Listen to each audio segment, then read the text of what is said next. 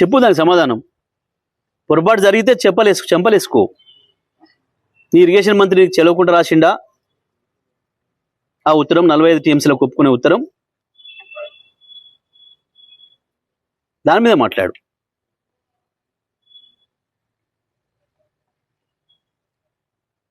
తప్పకుండా తోలు వలుస్తాం ప్రభుత్వాన్ని.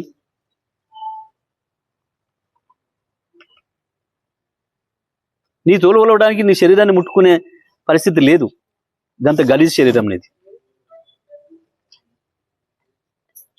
దాన్ని ముట్టుకుంటే కంపు.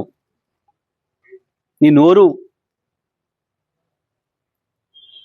ఆ సివరేజ్ లైన్ల కంటే కంపు. నీ మైండ్ కంపు. ఎందుకు వస్తాయి ఆ మాటలు? కేవలం సమాధానం లెక్క. కేసీఆర్ చేసిన ప్రశ్నకు సమాధానం లెక్క. ఎందుకు వణుకుతున్నావు? కేసీఆర్ ప్రజలకు పోతానంటుంటే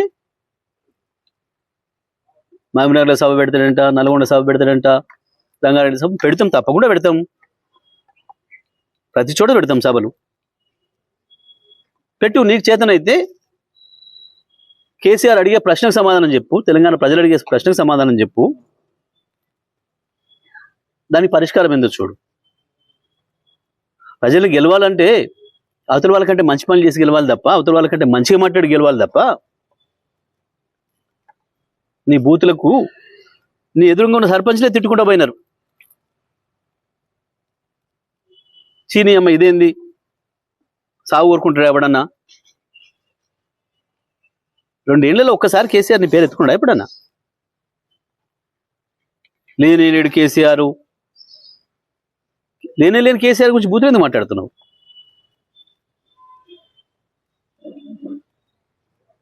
నువ్వు, నీ పోలీసులు, నీ గుండాలు, నీ అధికారులు అందరు కలిసి ఎన్నికలకు వస్తే కూడా టీఆర్ఎస్ సైనికులు అద్భుతంగా వీరోచితంగా పోరాడి ఫలితాలు సాధించింది. దానికి భయపడుతున్నావు. దీనికే ఇట్లా ఉంటే మా బట్టలు ఇప్పుతాడు, మా భాగవతం బయట పెడతాడు, రేపు మహబూబ్నగర్కి వచ్చి, రేపు నల్గొండకు వచ్చి, రంగారెడ్డికి వచ్చి మా దొంగతనాన్ని దొరకబడతాడు, ప్రజలకు అప్పచెప్తాడు అన్న భయంతో, ఫ్రస్ట్రేషన్తో ఈ బూతులు మాట్లాడుతున్నారు. ఎవరు ఒప్పుకోరు తెలంగాణ ప్రజలు. ఎన్నడూ లేదు తెలంగాణ చరిత్రలో ఇంత నీచమైన భాష మాట్లాడిన రాజకీయ నాయకుడు ఇప్పటివరకు కూడా లేడు తెలంగాణ చరిత్రలో ఎప్పుడు కూడా. నీకు వాళ్ళతో సమాసం ఎక్కువ ఉండి ఆ కల్చర్ తీసుకొస్తున్నాం ఇక్కడికి. ఆనాడు పొద్దున్నాక ఇప్పుడు తెల్లందాక చీకటి ఒప్పందాలు, చీకటి సవాసాలతోని ఆ గలీజ్ భాషను ఇక్కడ తీసుకొస్తున్నావు. నువ్వు ఎంత దిగజారినా మేము మాత్రం ఆ స్థాయికి రాము. మేము కేసీఆర్ చెప్పిన పద్ధతిలోనే ఉంటాం. రాక కాదు, మాట్లాడలేక కాదు.